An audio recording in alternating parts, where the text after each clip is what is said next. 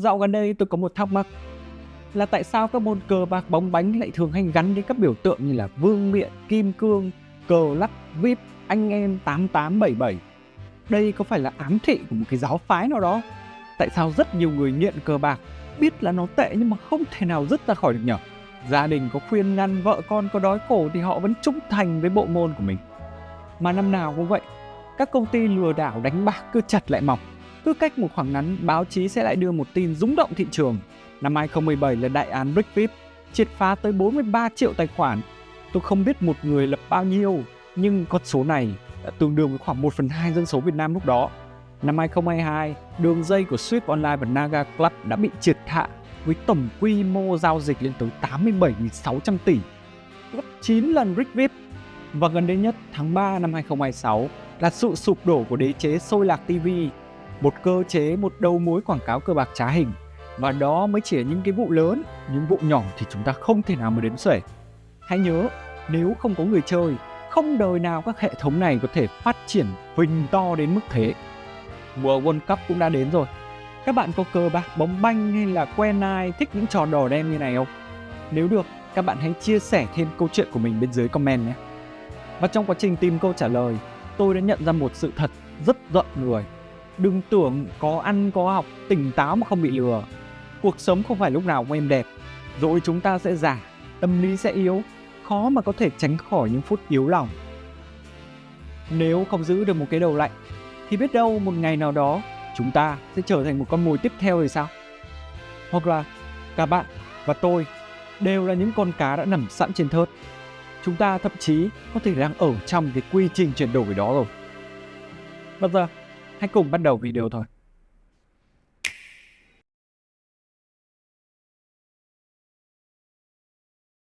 Khi nói đến cờ bạc những hình ảnh hiện ra trong đầu tôi luôn sẽ là các máy slot, bộ bài, bàn cược, âm thanh, ánh sáng nhấp nháy. Đặc biệt là một cái phong cách mỹ thuật không thể nào mà lẫn được. Đó là biểu tượng vương miện, kim cương, club, vip, 8877, hào nhoáng, bóng bẩy, tráng lệ. Nó khiến tôi rất tò mò, liệu những thứ này có phải là một quy định hay là một ngôn ngữ thiết kế nào đó không? Chúng liệu có sức mạnh ám thị đến thế không? Và trước khi vào chủ đề chính, chúng ta sẽ cùng quay ngược thời gian tới Ý, Cộng hòa Venice năm 1638. Tại thời điểm này, làn sóng cờ bạc bất hợp pháp đã bùng nổ rất mạnh mẽ trong giới quý tộc, kéo theo nhiều tệ nạn và nợ nần. Thay vì cấm đoán không hiệu quả, chính quyền Venice đã quyết định hợp pháp hóa và gom tất cả vào một nơi để dễ bề kiểm soát và đánh thuế. Họ đã tận dụng một góc của cung điện, mở ra một địa điểm có tên là Ridotto. Đây chính là sòng bạc công khai được nhà nước cấp phép đầu tiên trên thế giới. Để vào được nơi này, bạn phải mặc những trang phục cực kỳ khắt khe, phải mặc áo choàng tabaro, đeo mặt nạ quý tộc Bota. Giai cấp lúc này bị xóa nhòa.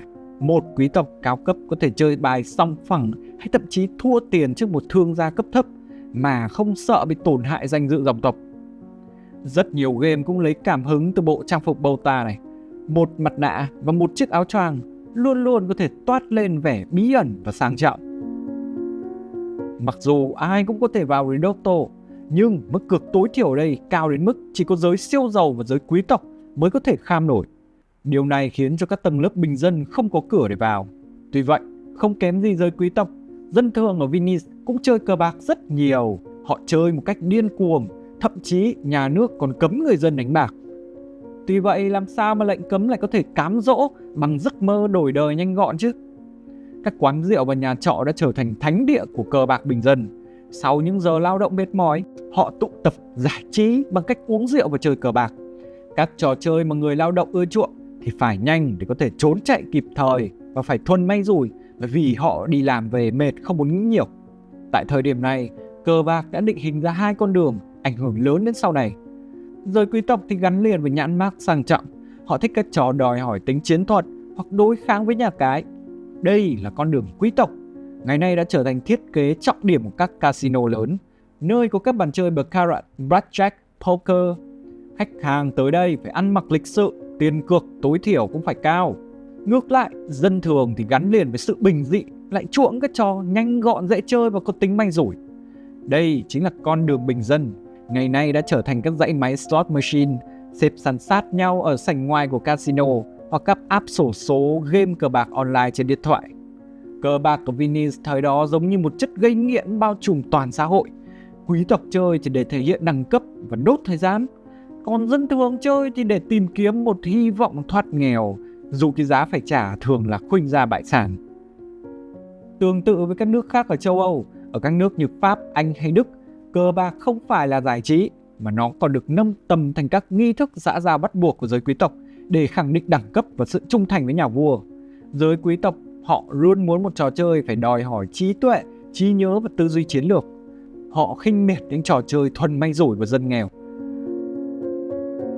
Ngược lại với sự xa hoa khép kín của những gã quý tộc, thế giới đỏ đen của dân lao động châu Âu bùng nổ không gian công cộng và mang tính đại chúng hơn nhiều. Vẫn giống hệt Venice, cờ bạc bình dân là bất hợp pháp, lính gác luôn có thể ập vào bất kỳ lúc nào. Thế nên một ván không thể diễn ra quá lâu, bởi vì người dân không thể bỏ dở giữa chừng do trên bàn vẫn còn tin cược, và việc thu dọn hiện trường sẽ rất là mất thời gian. Vì thế, các trò chơi đường phố phải có tiết tấu nhanh, một ván cược phải phân định thắng thua trong vài giây. Điều này phù hợp với nhịp sống bận rộn và cả nhu cầu chạy trốn khi mà cảnh sát tới. Các trò thường dân chúng ta có thể thấy đó là trò xúc xắc, dice game, trò tung hai xu, two up, và một trò cơ bạc rất bịp, nó là tìm quân hậu, free card monte. Ở châu Á, chúng ta cũng không còn xa lạ gì nữa. Đó là tài xỉu, bầu cua, trộn gà và một bộ môn Sokudia nổi tiếng đã lên sóng truyền hình Nhật Bản vào cuối năm 2020. Các nhà tổ chức đã mời gọi người chơi thông qua mạng xã hội. Trong đó, nhiều thực tập sinh đã bị mất việc do đại dịch Covid-19 cũng đã tham gia cái mạng này vì tin rằng đây là cách kiếm tiền dễ dàng. Nhận thấy dân chúng quá chuộng các trò may rủi, các vương triều châu Âu cũng đang nghĩ ra một cách. Vậy nhà nước sẽ đứng ra làm nhà cái. Nước Anh chính là quốc gia đã phát hành tờ vé số đầu tiên để lấy tiền tái thiết cảng biển. Mô hình này nhìn chung đã đánh trúng giấc mộng làm giàu. Người dân từ thợ may, nông dân đến người hầu đều vét những đồng xu cuối cùng để mua vé số. Dù đã trải qua hàng trăm năm kể từ thời Venice, bản chất quản lý của các quốc gia hiện đại với cờ bạc vẫn không hề thay đổi. Họ cấm các hoạt động tự phát nhưng lại hợp pháp hóa dưới sự kiểm soát tối đa của nhà nước. Tại Việt Nam, xổ số cũng được du nhập về trong những năm khoảng 1950. Trong bối cảnh kinh tế bị đình trệ, mọi mặt hàng đều được kiểm soát bằng tem phiếu, thì xổ số là một trong số ít loại hình tiêu dùng tự do, khi một bộ phận người dân xem đây là cái tấm vé thoát nghèo và biến nhiều người trở thành con bạc bất đắc dĩ. Quay trở lại với châu Âu, sự phân hóa giai cấp này cực kỳ rõ ràng. Giới quý tộc, vua chúa chơi cờ bạc để giao hữu, để networking, quan hệ, giải trí. Còn tầng lớp lao động, nông dân thì bị bóc nghẹt bởi sự kiệt quệ về thể xác và tài chính. Họ chơi cờ bạc vì họ muốn đổi đời. Họ không muốn ngày mai phải đi làm. Nếu các bạn hay đọc truyện tranh về chủ đề hoàng gia hoặc là xem phim cổ trang, chúng ta sẽ thấy một mô típ rất là quen thuộc. Do người dân thấp cổ bé họng, cực kỳ khiếp sợ giới quý tộc. Hệ thống luật pháp hồi đó thì chỉ công nhận hai trạng thái, có đặc quyền và không có đặc quyền. Giờ giả sử bạn chuyển sinh vào châu Âu thời đó, nếu bạn làm quý tộc hay là tăng lữ thì chúc mừng, bạn đã sở hữu tài khoản của admin, bạn tự viết ra luật, miễn nhiễm về thuế và có quyền ban bất kỳ đứa nào bạn ngứa mắt. Còn nếu bạn là thương gia, bác sĩ, thợ thủ công hay là nông dân nghèo ấy, thì xin chơi buồn, bạn trở thành user. Chúng ta hãy cùng đi tiếp theo dòng thời gian để tới thế kỷ 19 nhé. Đây là thời kỳ cách mạng công nghiệp, cũng là thời kỳ của chế độ phong kiến suy tàn. Tầng lớp trung lưu lúc này đã trỗi dậy mạnh mẽ và họ thâu tóm nền kinh tế toàn cầu. Chính họ đã tạo ra con đường thứ ba của cờ bạc, đánh dấu sự ra đời của mô hình casino ngày nay. Họ không thích những trò đường phố bởi vì nó quá hỗn loạn, đầy bịp bợm. Họ cũng không mặn mà với các trò bài tây quý tộc vì nó khép kín và đòi hỏi những màn đấu trí quá căng thẳng. Họ muốn một sự kết hợp. Các trò chơi thì phải được đặt trong những tòa nhà lộng lẫy, có không gian sang trọng để thỏa mãn cái tôi như quý tộc. Nhưng mà luật chơi phải minh bạch, nhanh gọn, tỷ lệ thắng thua rồi phải rõ ràng. Trò roulette chính là đại diện của con đường thứ ba này. Nếu chúng ta muốn tìm kiếm chùm cuối, nơi con đường thứ ba đạt đến độ hoàn hảo và trở thành khuôn mẫu cho mọi casino hiện đại, thì chúng ta phải tới Monaco năm 1860. Tại thời điểm này, Monaco mới chỉ là một quốc gia nhỏ bé bên bờ Địa Trung Hải. Họ nghèo đói và đang trên bờ vực phá sản. Giữa tình thế hiểm nghèo, dòng họ hoàng gia Grimaldi đã đưa ra một quyết định thật điên rồ, đã đánh cược toàn bộ vận mệnh quốc gia vào sòng bạc. Họ thuê François Blanc, một thiên tài kinh doanh và toán học, thiết kế sòng bạc Monte Carlo. Sòng bạc này đã thành công đến mức nó đã cứu cả một vương quốc khỏi số phận phá sản. Chính tại Monte Carlo, trò chơi roulette đã được nâng tầm thành vị vua của casino chỉ bằng cách bỏ đi một đôi ô không trên bàn xoay. Hành động này đã giảm lợi thế của nhà cái và thu hút các con bạc từ khắp châu Âu đổ về. Không gian ở Monte Carlo cũng được thay đổi, tiến gần đến tổ hợp giải trí thay vì mô hình thuần sòng bạc tù túng thời bấy giờ. Vậy còn ở châu Á thì sao? Nếu các bạn đổi sang server châu Á thế kỷ 19, thế giới cờ bạc lúc này không phải là thành quả của tầng lớp trung lưu mới nổi, mà nó bị thống trị bởi một thế lực. Đó là các ông chủ thực dân phương Tây. Tại các thương cảng sầm uất như Hồng Kông dưới quyền người Anh hay Sài Gòn dưới quyền người Pháp, con đường thứ ba đã ra đời. Các ông chủ thực dân phương Tây nhận ra người châu Á có máu đỏ đen rất mãnh liệt. Thay vì cấm đoán, họ biến cờ bạc thành một công cụ vắt kiệt túi tiền của người bản xứ và biến nó thành cỗ máy in tiền cho chính quyền bảo hộ. Họ giữ lại các trò bản địa. Người Pháp ở Sài Gòn và người Anh ở Hồng Kông thì cho phép các sòng bài lớn mở cửa công khai, nhưng bên trong họ lại chơi các trò rất Á Đông như là tài xỉu, là mặt trược, là ba cây. Họ biết dân bản xứ thích những trò nhanh gọn, sát phạt, chớp nhoáng, cho nên là họ giữ nguyên để dễ bề hút máu. Đỉnh cao lúc này chính là sự ra đời của các trường đua ngựa như là trường đua Phú Thọ ở Sài Gòn hay là trường đua Happy Valley ở Hồng Kông. Giới quý tộc phương Tây và quan lại bản xứ ăn mặc sang trọng ngồi trên khán đài VIP, còn bên dưới hàng rào thì hàng vạn người lao động nghèo chen chúc vắt những xu cuối cùng để đặt cược cho giấc mơ đổi đời. Trong tác phẩm Ở Theo Đời viết năm 1935, nhà văn Hồ Biểu Chánh đã miêu tả rất rõ cảnh nhộn nhịp xem đua ngựa ở phố Thọ xưa. Khi ra gần tới trường đua thì gặp xe hơi, xe ngựa, xe máy chật đường. Rồi tới cửa thì thấy thiên hạ chen nhau mua giấy mà vô nườm nượp. Trong số người đi coi ở đây, phần đông là người An Nam. Chẳng những là đông bên hạ đứng ngoài trời mà thôi, mà bên hạ ngồi trên khán đài, người An Nam cũng đông thập phần, lại đờn bờ số gần phân nửa. Đờn bờ cũng mua giấy bạc cá chục như đờn ông, người cá về nhất, người cá về nhì, về ba, kẻ khen ngựa hồng hôm nay được chạy hay, kẻ chê ngựa đậm bị trở nặng. Chừng ngựa về tới mức người chúng thì vỗ tay nhảy nhót chạy đi lãnh tiền, còn kẻ thua thì mặt mày buồn hiu lấy chương trình ra ngồi tính coi độ kế phải đánh con nào mà gỡ. Nếu phân tích kỹ, đua ngựa đã thỏa mãn cả hai yếu tố: tính chiến thuật của quý tộc và sự nhanh gọn may rủi của bình dân. Trong cùng một trận đấu, đua ngựa không phải là trò may rủi, nó có một lượng dữ liệu khổng lồ để người chơi phân tích. Chạy cự ly nào, thời tiết và mặt sân như thế nào, gia phả của con ngựa như thế nào, bố mẹ nó có chạy nhanh không, hay là lịch sử chấn thương và phong độ của con ngựa, kết hợp với chiến thuật của nài ngựa là biết khi nào nên ném, khi nào nên bứt. Tuy nhiên thì đến tháng 6 năm 2011, theo chỉ trương của Ủy ban Nhân dân thành phố Hồ Chí Minh, đường đua đã bị đóng cửa để xây dựng trung tâm huấn luyện và thi đấu thể thao thành tích cao. Trường đua từng là một thời được xếp hạng nhất nhì ở châu Á, giờ chỉ còn trong ký ức của người Sài Gòn. Tới thời điểm này, chắc hẳn các bạn cũng đã bắt đầu lờ mờ đoán ra rồi. Câu trả lời cho thắc mắc của tôi ở đầu video đó là tại sao các biểu tượng của các sòng bạc hay game bài thường là vương miện, là hoàng tộc, là kim cương, là hào nhoáng.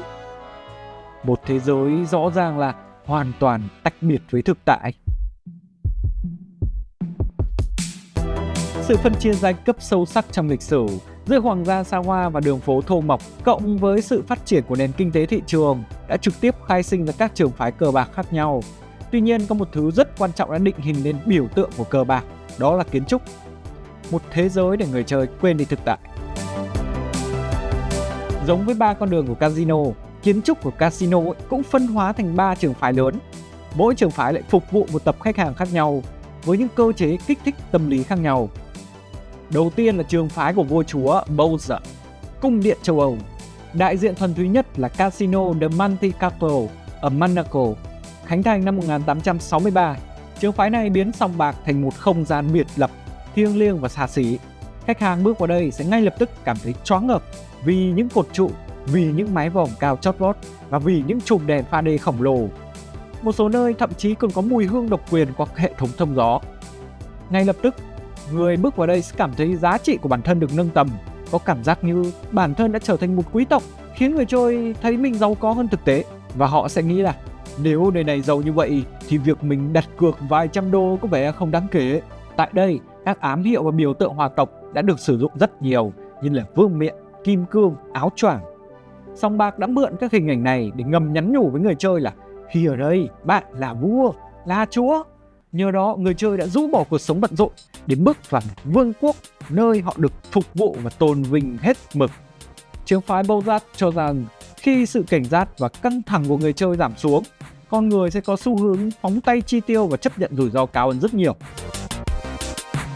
Tiếp theo là trường phái mê cung của Friedman. Gần như toàn bộ Las Vegas trước thập niên 1990 chính là bảo tàng của trường phái này. Và cho đến tận ngày nay, chúng vẫn còn được áp dụng rộng rãi trên khắp địa cầu. Bill Friedman từng là một con nghiện bài bạc và sau này trở thành giáo sư tiên phong về thiết kế casino. Ông đã đưa ra một triết lý kiến trúc thống trị Las Vegas trong suốt nhiều thập kỷ. Kiến trúc phải được phục vụ hành vi đánh bạc, chứ không phải để ngắm. Trái ngược với trường phái cung điện cổ điển Bozar, ông biến sòng bạc thành một cái bẫy không lối thoát. Không gian là phải gạt bỏ toàn bộ các điểm ma sát để người chơi tập trung 100% vào các máy đánh bạc. Chẳng hạn chân nhà phải thấp để tạo ra cảm giác ấm cúng riêng tư nhưng mà cũng đầy áp lực, khiến người chơi chỉ tập trung vào các máy thay vì nhìn ngó xung quanh. Lối đi trong trường phái này được thiết kế theo dạng mê cung ngoằn ngoèo. Khi bước vào, máy đánh bạc sẽ liên tục đập vào mắt. Nếu bạn muốn đi tìm nhà vệ sinh hay là lối ra thì sẽ phải vòng vèo qua hàng trăm máy đánh bạc khác. Ngoài ra, các chỉ dấu về thời gian và không gian trong trường phái cũng bị loại bỏ. Chẳng hạn như là việc cửa sổ, đồng hồ hay lối ra vào đều không được thiết kế rõ ràng, khiến người chơi lạc lối cả về không gian lẫn thời gian. Trong tư duy của Bill Friedman, những chi tiết trang trí chỉ có ý nghĩa khi chúng phục vụ cho hoạt động đánh bạc. Thay vì các biểu tượng hoàng gia hay là những trụ cột xa hoa kiểu casino châu Âu, Friedman muốn người chơi liên tục nhìn thấy các tín hiệu gắn liền với phần thưởng, số 7 may mắn, ký hiệu đô la, những quả cherry, chữ jackpot và ánh đèn nhấp nháy. Nếu trường phái cung điện Bozart cố gắng thuyết phục bạn rằng mình là một quý tộc, thì Friedman chỉ muốn bạn nhớ một điều duy nhất: tiền đang ở đây. Không chỉ có hình ảnh, âm thanh cũng đóng vai trò rất quan trọng. Các máy slot thời đó thường trả thưởng bằng tiền xu thật. Mỗi khi có người thắng lớn, hàng trăm đồng xu sẽ đổ xuống khay và tạo thành tiếng len keng vang khắp vòng bạc. Đó không chỉ là âm thanh của chiến thắng, nó là một tờ quảng cáo liên tục nhắc cho những người xung quanh rằng ok, ở đây đang có phần thưởng và có thể thuộc về họ ngay bất kỳ lúc nào. Nguyên tắc của Bill Friedman cũng chính là nguyên tắc thiết kế các cơ chế gây nghiện hiện đại, bằng cách loại bỏ tối đa các tín hiệu để người chơi dừng lại và suy nghĩ. Chẳng hạn như Infinite Scroll là cuộn vô hạn, autoplay của YouTube và Netflix, và đặc biệt là cách mà một ván chơi game mới được bắt đầu. Ta có thể thấy rõ ràng rằng Bozart là đại diện của đường quý tộc và mê cung Friedman là đại diện của con đường casino bình dân. Đúng vậy, và chỉ còn thiếu một con đường nữa, đó là con đường của giới trung lưu nổi dậy, ra đời vào những năm 1990 do Roger Thomas, kiến trúc sư trưởng của tập đoàn Wynn Resort khởi xướng. Thomas cho rằng cùng với sự phát triển của công nghệ, người chơi dần dần không còn ngu muội nữa. Họ biết mình đang ở đâu, họ biết bây giờ là mấy giờ. Nếu người ta bị lạc và cảm thấy tù túng trong không gian chật hẹp, họ sẽ sớm cảm thấy mệt mỏi, lo âu và rời đi. Trong khi Friedman lấy casino làm trọng tâm, tất cả những công trình xây xung quanh chỉ là phụ, như là khách sạn, nhà hàng, chương trình tập kỹ, cửa hàng, thì Thomas đảo ngược hoàn toàn. Với ông, casino chỉ là một trong nhiều trải nghiệm mà người chơi đến đây để tận hưởng. Các khu vực spa, thiên nhiên, cửa hàng, khách sạn, giải trí đều được xây dựng trang trọng, tinh tế. Đây chính là Quiet Luxury.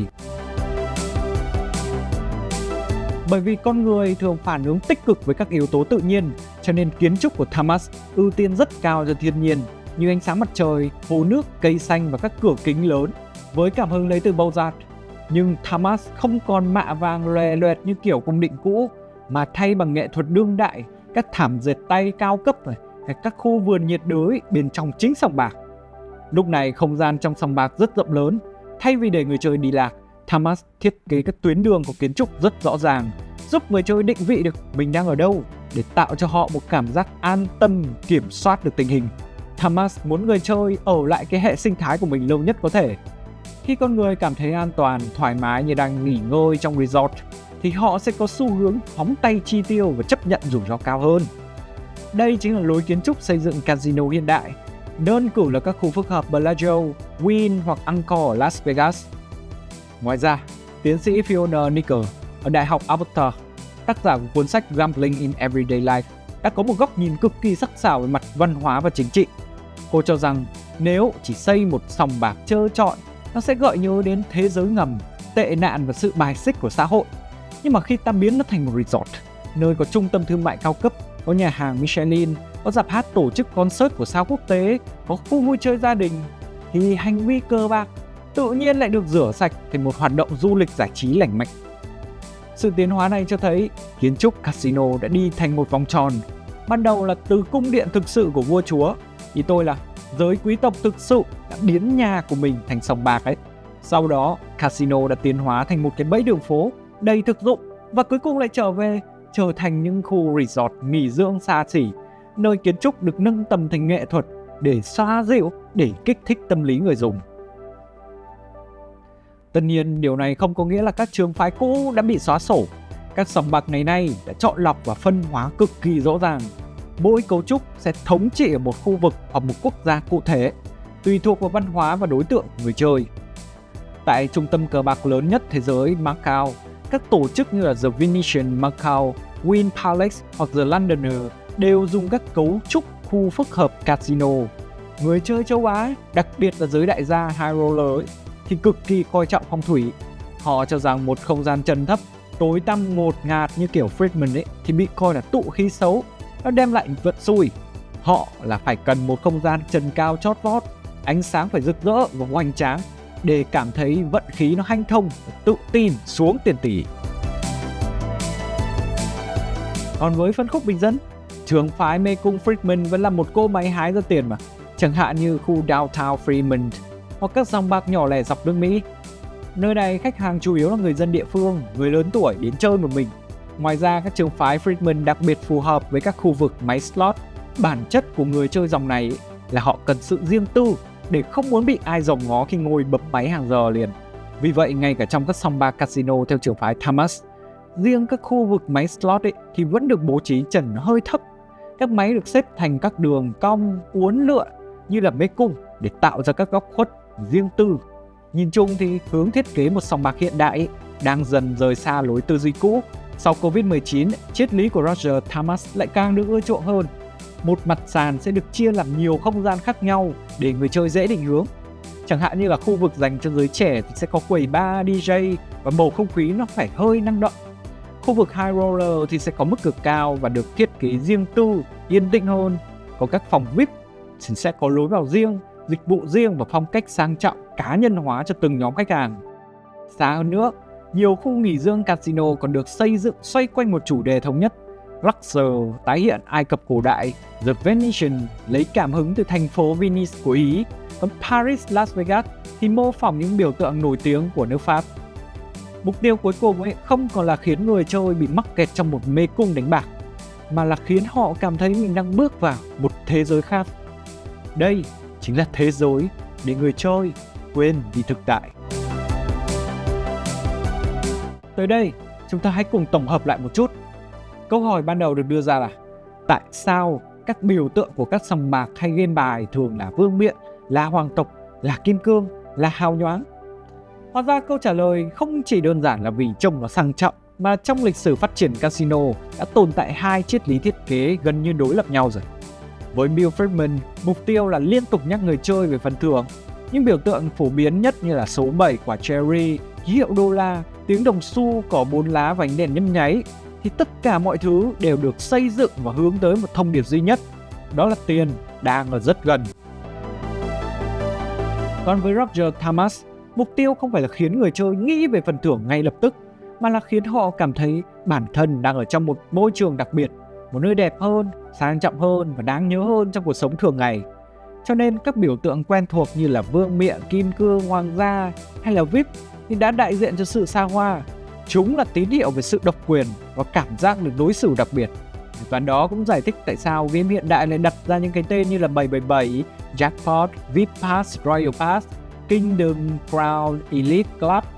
Dù mang những hình dạng khác nhau, nhưng mà chúng đều đang cùng kể lại một câu chuyện, một lời hứa về phần thưởng, về địa vị và một cuộc sống tốt đẹp hơn. Đây là một câu chuyện mà ngành casino đã kể suốt hơn một thế kỷ.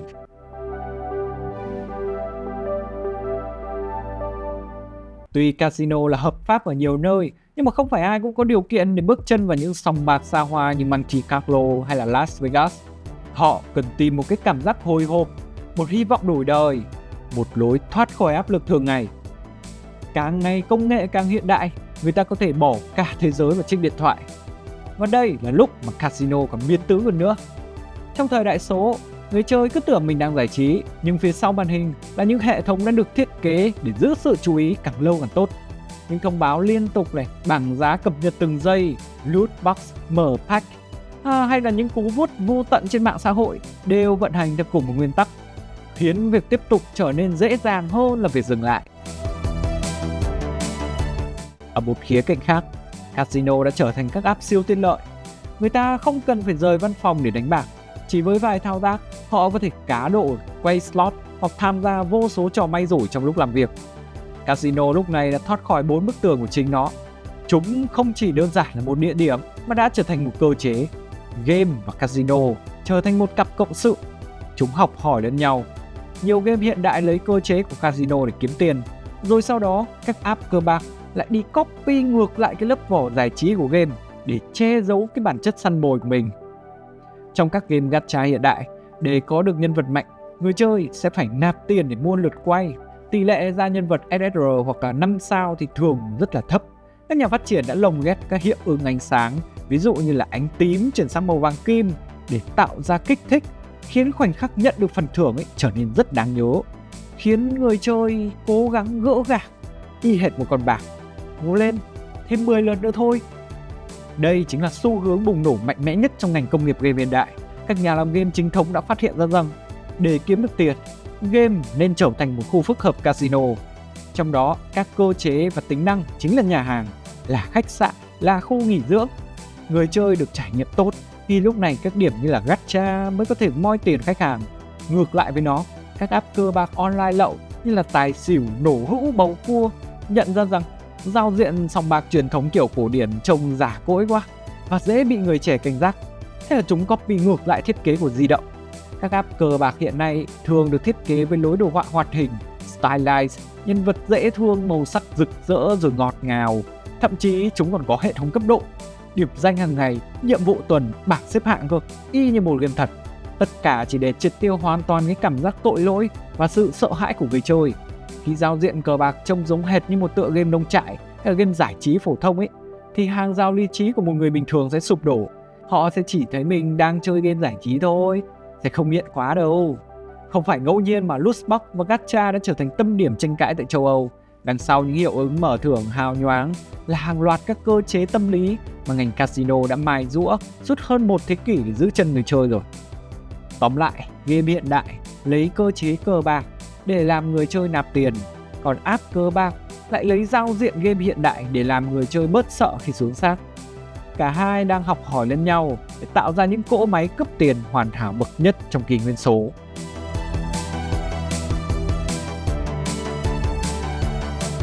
Nào, giờ lúc chúng ta áp dụng kiến thức, chúng ta sẽ thử xem game ngày nay và casino giống nhau đến mức nào nhé. Đầu tiên, để chơi game cờ bạc thì chắc chắn phải nạp tiền rồi. Sòng bạc sẽ không bao giờ dùng tiền mặt để đánh bạc. Người chơi sẽ phải đổi tiền thành phỉnh, chip hoặc là các token điện tử. Điều này nhằm phá vỡ mối liên kết tâm lý với tiền. Đẩy một cái phỉnh trị giá 500 đô thì sẽ mang lại cảm giác nhẹ nhàng hơn là cầm một cọc tiền lớn. Khi gacha, bạn không nói là mình dùng 200.000 để kéo 10 lượt đâu. Bạn sẽ nói là mình dùng 10 vé. Đó, mới chỉ qua một lớp thôi mà đã thấy rất là đỡ rồi. Trong game bạn còn có thể kiếm vé thông qua nhiều các hoạt động khác, như là chạy event kiếm được đá dùng để mua vé, hoặc là bạn đi thu thập cỏ trong game dùng cỏ để craft vé miễn phí. Trải qua rất nhiều phễu chuyển đổi, việc tiêu 10 vé, 100 vé, thậm chí là 1.000 vé không còn mang nhiều cảm giác tội lỗi nữa. Tiền đã bị che khuất qua nhiều lớp trung gian rồi, người chơi không còn khả năng ước lượng. Đây được gọi là sự ly khai tiền tệ, monetary decoupling. Càng xa tiền thật, người ta càng dễ tiêu tiền. Tiếp theo, bạn có thể để ý rằng máy slot cho phép người chơi bấm nút Stop để chủ động dừng các vòng quay. Nhưng mà thực tế, ngay từ lúc bấm nút, thuật toán đã định ra kết quả rồi. Nút dừng ấy chỉ là một hiệu ứng hình ảnh thôi. Kinh điển là trong các trò xúc sắc, người ta tin rằng là nếu ném mạnh thì ném ra số lớn, còn ném nhẹ thì sẽ ném ra số nhỏ. Gacha game cũng hay có các trò như là vẽ bùa, thắp hương, chọn vị trí đứng để roll nhân vật.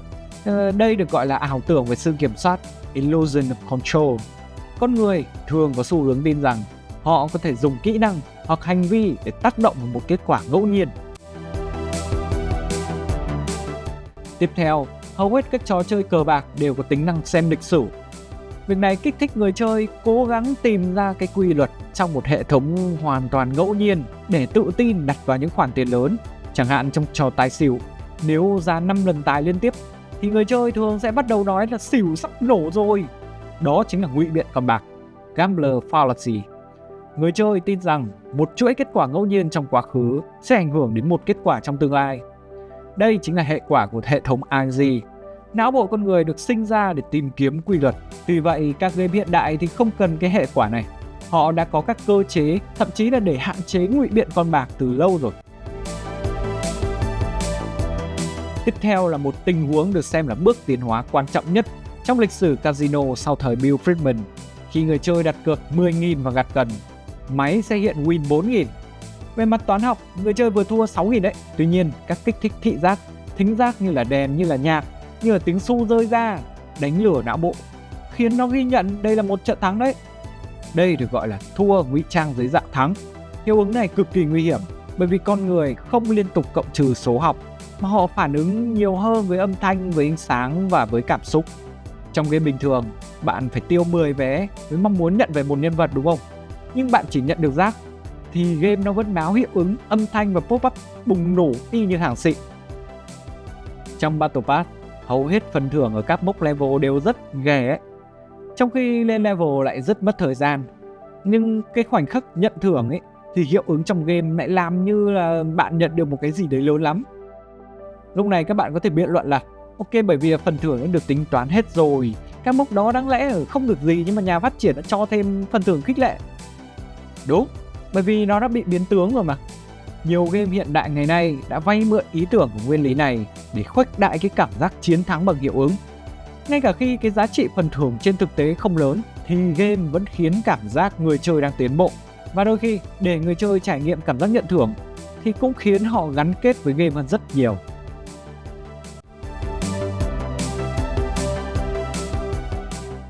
Tiếp theo, chúng ta sẽ đến với một khái niệm khá mới trong thiết kế game, và nó đã thách thức tính đạo đức của những kẻ thiết kế phần mềm. Khi nhìn vào một người chơi slot, bạn nghĩ người đó muốn gì? Muốn tiền à? Không đơn giản thế đâu. Nhà nhân học Natasha Dow đã phát hiện ra rằng với nhiều người nghiện ấy, mục tiêu cuối cùng lại không phải là tiền. Bất ngờ không? Họ chỉ muốn tiếp tục chơi. Họ không muốn thắng, không muốn thua, mà chỉ muốn tiếp tục ở trong đó. Tốc độ một lượt quay của máy slot cực kỳ nhanh, chỉ khoảng 2 đến 3 giây thôi. Người chơi chỉ ấn một nút duy nhất, liên tục không cần nghĩ. Lúc này mọi lo âu biến mất, không còn nghĩ về công việc, không còn nghĩ về gia đình, không còn nghĩ về nợ nần, chỉ còn bấm, quay, bấm, quay. Nghe giống như một căn bệnh hiện đại nhỉ? Người ta lướt, xem, lướt, xem. Trạng thái này đã đưa người chơi vào một cái dạng gây mê tâm lý. Lúc này họ không còn chơi vì tiền, họ chơi để duy trì cái cảm giác trống rỗng trong não, nhằm trốn tránh các áp lực lo âu ngoài đời thực. Họ bị cuốn vào một vòng lặp vô tận, nơi khái niệm về thời gian đã hoàn toàn biến mất. Đây được gọi là Machine Zone, vùng máy móc. Machine Zone chính là điểm đột phá của các game cờ bạc. Đôi khi điều người chơi tìm kiếm lại không phải là dopamine đơn thuần, mà là sự tách rời khỏi thực tại. Kết hợp với tư duy của Bill Friedman, nút auto đã xuất hiện. Càng ít phải suy nghĩ, càng dễ duy trì trạng thái đó. Các dòng idle, clicker, auto battle đều có thể tạo ra các trạng thái gần giống như vậy. Nhưng mà phải chú ý đừng nhầm lẫn giữa hai khái niệm flow và machine zone. Trong lý thuyết của Mihaly và cái gì đó không cho ai đọc, người chơi đắm chìm vào flow là bởi bản chất việc đó thú vị. ví dụ như là chơi cờ, lập trình, vẽ tranh, đánh boss. Còn Machine Zone thì ngược lại, người chơi rơi vào đây để trốn tránh thực tại, để vô lo, để vô nghĩ. Bản thân họ cũng không thực sự muốn chơi đâu, nhưng mà họ cũng không thực sự muốn dừng. Nếu các bạn đã từng trải nghiệm Machine Zone thì hãy chia sẻ thêm bên dưới phần comment nhé. Cuối cùng chúng ta sẽ bàn đến một combo. Mỗi cái đứa trong này khi mà đứng riêng thì nó không nghiện lắm đâu, nhưng mà bọn này thường đi chung với nhau và thường bị phân tích riêng lẻ. Đó là Near Miss, Variable Ratio và Loss Aversion. Cái này bên ngoài các bạn cũng được nghe nhiều rồi, nên là tôi chỉ lướt qua thôi. Near Miss là mấy cái hiệu ứng kiểu suýt thì trúng ấy. Đặt con 36 thì nó về 63, để thêm đúng 1-2 giây nữa thôi.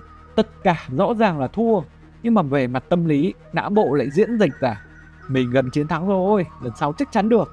Nó đã đẩy người chơi vào một trạng thái để tiếp tục gỡ gạc. Khi nói đến gỡ gạc thì ta phải nói đến Loss Aversion, ác cảm mất mát. Con người sẽ ghét và sẽ nhớ cái cảm giác bị mất hơn là cái cảm giác được nhận. Khi thua một số tiền lớn, bộ não của họ sẽ rơi vào cái trạng thái hoảng loạn. Họ không chơi để giải trí nữa, mà họ phải nghĩ cách lật kèo, phải gỡ gạc những gì đã mất. Con mảnh ghép cuối cùng là Variable Ratio do B.F. Skinner đặt tên. Cái ông mà hay dùng chim của mình để thí nghiệm ấy. Variable Ratio chỉ là một mảnh ghép rất nhỏ trong đề tài nghiên cứu về Reinforcement Schedule, lịch trình củng cố hành vi, gồm Fixed Ratio, Variable Ratio, Fixed Interval và Variable Interval. Các bạn có thể đọc trong phần comment để hiểu rõ hơn về các lịch trình này nhé. Các bác mà, người chơi sẽ không bao giờ biết khi nào mình sẽ thắng. Thế khi kết quả là một ẩn số thì não bộ sẽ bị kích thích và giải phóng một lượng dopamine và adrenaline đáng kể. Chính sự hồi hộp này, tim đập nhanh, tay run trong vài giây trước khi xúc xắc dừng ấy, hoặc là trước khi mở bát, nó mới là thứ gây nghiện, chứ không phải là bản thân việc thắng cược. Đánh thua cũng được, thắng cũng được, miễn là được đánh. Đây chính là cái khốn nạn này. Khi mà bản thân thì thua hết rồi nhưng mà không tiếc tiền đâu, họ lại thỏa mãn nó mới khó. Nhiều người cứ bảo là cho mất tiền nó mới sáng mắt ra. Không, tiền không phải vấn đề. Chính cái cảm giác hưng phấn và hồi hộp lúc ôn in ấy mới là cái mà họ khó có thể tìm được trong cuộc sống. Ban đầu là 50.000, rồi 50.000 không thỏa mãn lên 100.000, 100.000 không thỏa mãn lên 200.000, rồi dần dần là 500 là 1 triệu, 5 triệu, 50 triệu, rồi 500 triệu. Mà không chỉ có mỗi con bạc đâu, người thường cũng thế. Ban đầu thì nghĩ là chơi vui, đánh ít ít chẳng cũng không sao đâu. Nhưng mà dần ra não trô ra, cái cảm giác chơi cái bản thấp nó không còn đủ thú vị nữa. Thế là họ phải lên cao hơn. Nếu không tin, các bạn có thể tự chiêm nghiệm lại chính bản thân mình. Hồi còn đi học, cầm 50.000 nó thấy vui, mà lên đại học thì phải vài trăm nghìn mới thấy đáng kể. Đi làm rồi thì có khi phải vài triệu hay là vài chục triệu mới tạo ra cái cảm giác tương tự. Một khi đã tận hưởng sự giàu sang thì quay lại cái giếng làng khá là khó. Đây cũng chính là lý do một số game ở ngay cái giai đoạn khởi đầu đều cho người chơi cái trải nghiệm cảm giác full đồ. Sau đó nhân vật sẽ bị một biến cố nào đó reset và trở thành một đứa chân đất mắt toét. Đặc biệt là các nhà cái bịp cũng thường cho người chơi mới trải nghiệm honeymoon. Đây là cái điểm khởi đầu của hầu hết mọi con bạc. Lúc này tỷ lệ thắng của họ khá là cao, để dạy cho não của bọn họ quen dần. Thật đáng xấu hổ. Hãy cùng quan sát video sau và thử chú ý vào phần âm thanh xem có gì khác thường không nhé. Nếu các bạn vẫn chưa nhìn ra, vậy để tôi cho các bạn một gợi ý. Hãy để ý đến âm thanh khi người chơi này thua cuộc. Hả? Không nghe thấy gì à? Hay là game này lỗi? Kỳ lạ nhỉ? Vậy thử sang các game khác xem sao. Vâng thế. Thôi đúng rồi. Vì khi thua thì làm gì có âm thanh nào đâu. Đây chắc chắn không thể nào là một sự trùng hợp được. Vào ngày 23 tháng 9 năm 2020, một nghiên cứu khoa học được đăng trên tạp chí Journal of Gambling Studies đã chỉ ra rằng khi thua, nếu máy đánh bạc phát ra âm thanh tiêu cực thì người chơi sẽ phản ứng và họ sẽ nhận thức rõ hơn về cái khoản lỗ của mình. Vì thế trong nhiều máy slot hiện đại, họ đã tắt đi cái âm báo thua cuộc. Vậy còn thắng cuộc thì sao? Lần này thì dễ rồi, ai có học qua nhạc lý thì sẽ biết. Các hợp âm trưởng major chord thì thường được liên kết với cảm xúc tích cực, vui vẻ, chiến thắng, trong khi các hợp âm thứ minor chord thì thường mang lại cảm giác buồn bã, căng thẳng hoặc u ám, Không phải ngẫu nhiên mà âm thanh chiến thắng trong casino, game hay là các máy slot thường là những chuỗi arpeggio hay là hợp âm giải, tiếng chuông vui tai, đanh kết hợp với hợp âm trưởng nghe rất đã. Các nhà tâm lý đã biết rằng con người có xu hướng liên hệ những cái âm thanh đó với niềm vui, với sự thành công và phần thưởng. Chỉ cần được nghe những cái âm thanh đó, não sẽ hiểu rằng điều vừa xảy ra là điều tốt, dù chỉ là một chiến thắng giả thôi. Tức là cược 10.000 nó lại 6.000 đấy, thì máy cũng sẽ hú còi, cũng bắn pháo, cũng kèm tiếng xu rơi loảng xoảng. Mà đây chỉ là một máy nhá, với hàng chục máy xung quanh, bạn sẽ liên tục nghe tiếng xu rơi, tiếng nổ jackpot, tiếng nhạc chiến thắng, tiếng người hú hét. Nó tạo ra một cái cảm giác là ở đây ai cũng đang thắng. Chính nó, đây chính là social proof, bằng chứng xã hội. Bạn tưởng cờ bạc là bịp á? Thế thì những người xung quanh đang làm cái gì kia? Rõ ràng là họ đang thắng. Và đó cũng chính là lý do tính năng lịch sử thắng xuất hiện trên vô số ứng dụng. Và không chỉ cờ bạc, các hội thảo đầu tư hay là làm giàu ấy cũng hoạt động theo nguyên lý tương tự. Anh kia kìa vừa ăn 50 triệu, chị kia vừa chốt cầu 120 củ. Kinh khủng nhất là ông bên kia vừa đổ hũ 800 triệu. Đấy, người ta kiếm tiền dễ lắm. Ngược lại nhá, hãy tưởng tượng là có một app rất trung thực hiển thị cả số người thua. Các bạn sẽ thấy là 2.000 người vừa thua trong ván trước, 500 tài khoản vừa cháy 100 triệu và 90% người chơi đang âm tiền. Thì ôi thôi, khả năng cao là bạn sẽ không nạp tiền đâu. Đó, nhà cái đôi khi chẳng khẳng định là bạn sẽ lời lỗ bao nhiêu cả. Thậm chí họ còn ghi rõ ràng HOH 3%. Tức là theo thời gian dài, cứ 100 triệu được nạp vào thì nhà cái sẽ luôn ăn 3 triệu đó. Nhà cái luôn thắng, điều này ai cũng biết. Nhưng mà bằng chứng xung quanh là có rất nhiều người đang giàu lên mà. Và với phần lớn chúng ta, như thế là đã đủ để súng tiền rồi. Ôi dạo, có mấy phần trăm ăn thua gì, đúng không? Và nhân tiện nói đến HOH, thì các trò cờ bạc phương Tây ấy, trong casino thì thường có HOH chỉ dao động trong khoảng từ 1 đến 3%. Trong khi nhiều hình thức cờ bạc dân gian ở Việt Nam như là lô đề thì cái HOH trên này nó lại lên tới vài chục %. Nhà cái thì còn chẳng cần bịp nữa. Có lẽ cũng vì thế mà các cơ chế dựa trên may rủi, quay thưởng, mở thẻ bài cho đến gacha lại dễ bén ở châu Á đến vậy.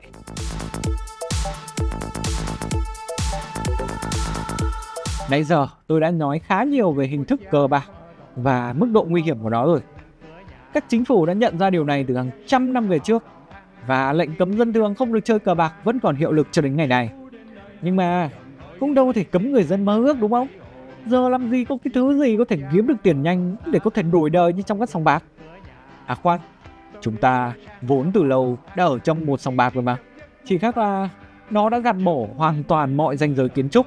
Sòng bạc này không cần một tòa nhà nào cả, bởi vì toàn bộ xã hội chính là sòng bạc. Xổ số.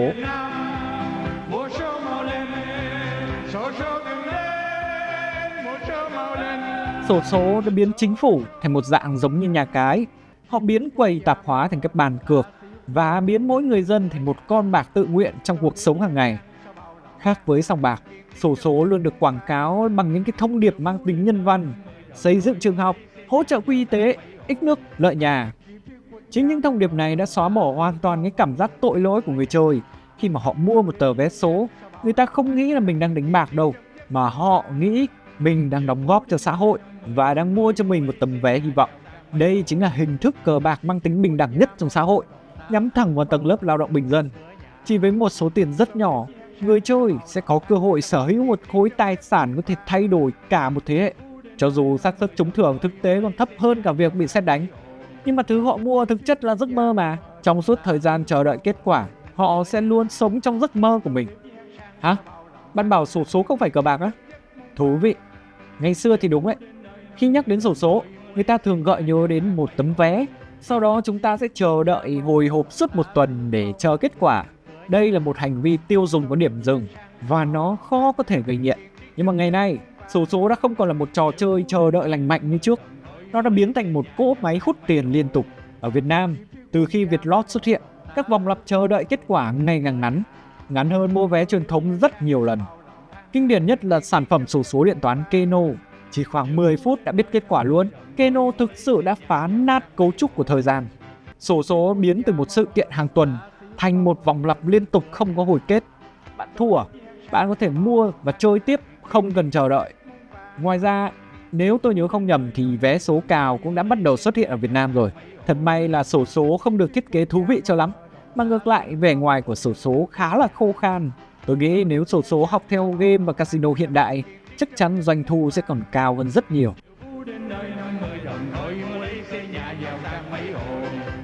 Tôi đã đưa các bạn đi qua dòng lịch sử của sòng bạc. Các bạn thấy thế nào? Quả là một hành trình dài tiến hóa từ các không gian vật lý sang kỹ thuật số đúng không? Không chỉ đơn giản là sự thay đổi mặt công nghệ, mà nó còn là quá trình tối ưu, đồng hóa, len lỏi vào xã hội để vắt kiệt người chơi của mình. Mọi thứ ban đầu rất đơn giản. Vua và quý tộc tận dụng không gian lâu đài của mình để mở Ridotto vào năm 1638 tại Venice. Dân thường thời bấy giờ cũng chỉ chơi những trò đơn giản như là xúc xắc, như là đoán bài thôi. Mọi thứ hoàn toàn dựa vào cơ học vật lý và sự giao tiếp của con người. Các lá bài và xúc xắc được gieo bằng tay hoàn toàn. Cờ bạc đường phố lúc đó toàn là những trò bịp. Thế rồi bàn quay roulette ra đời. Theo sau đó là Casino de Monte Carlo ở Monaco, khánh thành năm 1863. Rồi máy đánh bạc cơ học ra đời. Năm 1894, Charles Fay đã phát minh ra Liberty Bell, cỗ máy slot đầu tiên với 3 trục quay vật lý, có lò xo, có bánh răng và một cái cần gạt. Nó đã đặt nền móng cho các máy slot đầy nghiện ngập và có khả năng móc túi người chơi sau này. Và rồi, kỷ nguyên của điện tử đã tới. Dòng điện đã đẩy nhanh tốc độ của mọi thứ. Vào năm 1963, Bally tung ra Money Honey. Đây là cỗ máy kết hợp cơ điện đầu tiên. Nó không cần cần gạt vật lý nữa, mà chạy bằng nút bấm, có đèn nhấp nháy, có tính chuông điện tử. Chưa hết đâu, cách mạng cuối cùng đã tới. Máy tính và chip bùng nổ. Lần này kết hợp với thuật toán ING. Vào năm 1976, máy video slot đầu tiên ra đời. Công ty Fortune Coin đã tinh chỉnh và sử dụng một chiếc TV Sony 19 inch để làm màn hình hiển thị các trục quay ảo thay vì trục sắt thực tế. Không lâu sau, vào giữa những năm 90, Internet bùng nổ mạnh mẽ, kéo theo sự xuất hiện của các sòng bạc trực tuyến. Viết phần mềm đã trở nên dễ dàng hơn rất nhiều, các sòng bạc online đã ra đời. Giờ đây, người ta có thể ăn mặc tùy thích và ngồi trước máy tính để đánh bạc. Lúc này, các máy slot vẫn đi theo cấu trúc, thiết kế truyền thống 3 trục quay như cũ. Tới cú nổ cuối cùng, đó là kỷ nguyên của di động. Điện thoại thông minh đã trở thành vật bất ly thân của nhân loại. Máy slot đã tăng thêm hàng, khiến số tổ hợp tăng lên đến hàng tỷ. Casino chính thức đã nằm gọn trong túi quần của mỗi người. Đây là kỷ nguyên tàn nhẫn nhất, kết hợp giữa công nghệ và kỹ thuật thao túng tâm lý. Internet banking và các ví điện tử đã biến việc thanh toán trở nên rất dễ dàng. Các app cờ bạc lậu đã rũ bỏ lớp áo sang trọng casino truyền thống. Chúng đã bắt chước thiết kế của các game di động gây nghiện. Không còn ma sát, không còn các khoảng thời gian nghỉ để nghĩ ngợi. Các app tăng cường tốc độ đặt cược nhiều nhất, nhanh nhất có thể. Ưu thế công nghệ lúc này đã được tận dụng triệt để. Các thuật toán cá nhân hóa được sử dụng. Các app lậu còn biết khi nào bạn sắp nản để thả và biết khi nào bạn đang hăng để rút tiền cơ. Với công nghệ tích hợp, trên màn hình các con số nhảy múa điên cuồng, không chat chạy không ngừng. Nhiều người nghĩ rằng đối tượng của các app cờ bạc online, các casino là người thích đỏ đen, những kẻ lười lao động hoặc dân giang hồ á. Không, trên thực tế, ngành công nghiệp cờ bạc có các thuật toán định vị và phân loại đối tượng cực kỳ kinh khủng. Nếu đã là con người, chắc chắn sẽ có những lỗ hổng trong cuộc sống. Cờ bạc sẽ sử dụng những lỗ hổng này để len lỏi vào cuộc đời của mình. Đầu tiên là những kẻ mang khát vọng đổi đời. Họ là những thanh thiếu niên và người có thu nhập thấp. Họ khát khao kiếm tiền nhanh để khẳng định bản thân, trong khi chính bản thân họ lại thiếu kiến thức và họ bế tắc trước áp lực cơm áo gạo tiền. Nhóm này thì cực kỳ nhạy cảm với các quảng cáo khoe giàu, khoe của bẩn. Họ thích triết lý làm giàu mà không làm gì. Đấy, chơi game này đi, chỉ cần vài chục ngàn là được, không sao đâu. Có người đánh từ 5 triệu lên 2 tỷ trong một đêm đấy. Kinh chưa? Sang tới nhóm thứ hai là những kẻ ảo tưởng sức mạnh. Đừng tưởng mình là giỏi, mình có học nên là đâm ra tự tin vào bản thân. Đây là nhóm có tiền, có thu nhập, thậm chí là có kiến thức về tài chính, là giáo sư, là tiến sĩ hẳn hoi. Họ ghét những trò may rủi, họ thích những trò có thể tính toán được. Chỉ cần dẫn dụ thông qua các từ khóa bóng bẩy như là đầu tư, thu nhập thụ động, phân tích là có thể dẫn dụ phần lớn đi vào con đường cá độ, poker, blackjack. Thua là do tính sai thôi. Ván sau chỉ cần chú ý là có thể lật ngược được thế cơ mà. Nhóm thứ ba, tất nhiên rồi. Bạn còn nhớ Machine Zone không? Họ là những người cô đơn, bị trầm cảm, stress, người lớn tuổi. Họ muốn trốn thoát. Đây là nhóm đối tượng thầm lặng nhất. Khi gia đình bạn bè biết thì họ có thể đã lún quá sâu rồi.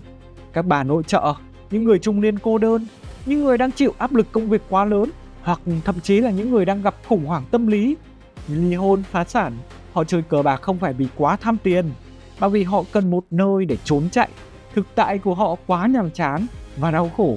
Lúc chơi game, tiếng nhạc leng keng, ánh sáng nhấp nháy và sự hồi hộp sẽ giúp họ quên đi nỗi đau thực tại. Đây là một liều thuốc tê tâm lý. Nhóm này chỉ cần dẫn dụ bằng các mồi câu là các món quà miễn phí, là một thế giới màu sắc vui vẻ, là họ có thể sa đà.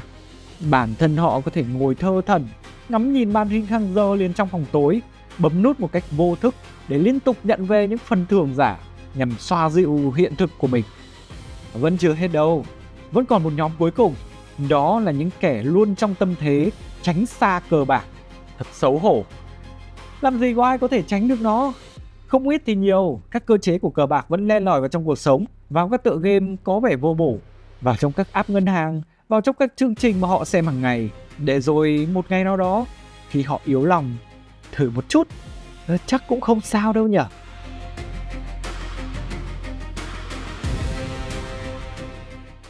Vậy là từ một câu hỏi vu vơ, tôi và các bạn đã tìm hiểu rất nhiều về lịch sử. Và ngạc nhiên chưa? Casino và game hiện đại lại gắn kết với nhau rất chặt chẽ. Giờ đây tôi lại có một mối quan tâm rất là mãnh liệt với các máy slot. Cảm giác như thế giới của máy slot thú vị hơn rất nhiều so với các trò cờ bạc truyền thống. Hy vọng sau video này các bạn đã hiểu thêm về cái đẹp của casino, đồng thời các mặt xấu của nó. Nếu được ví von thì tôi sẽ ví nghiện cờ bạc như một chứng bệnh mãn tính khó có thể chữa khỏi, là SIDA của trí óc, là HIV, là lậu, là giang mai của não bụng. Một khi nghiện tức là cấu trúc sinh học của bộ não đã thay đổi rồi. Tốt nhất chúng ta không nên lấn quá sâu vào nó. Và hãy nhớ, luôn có quy tắc của riêng mình.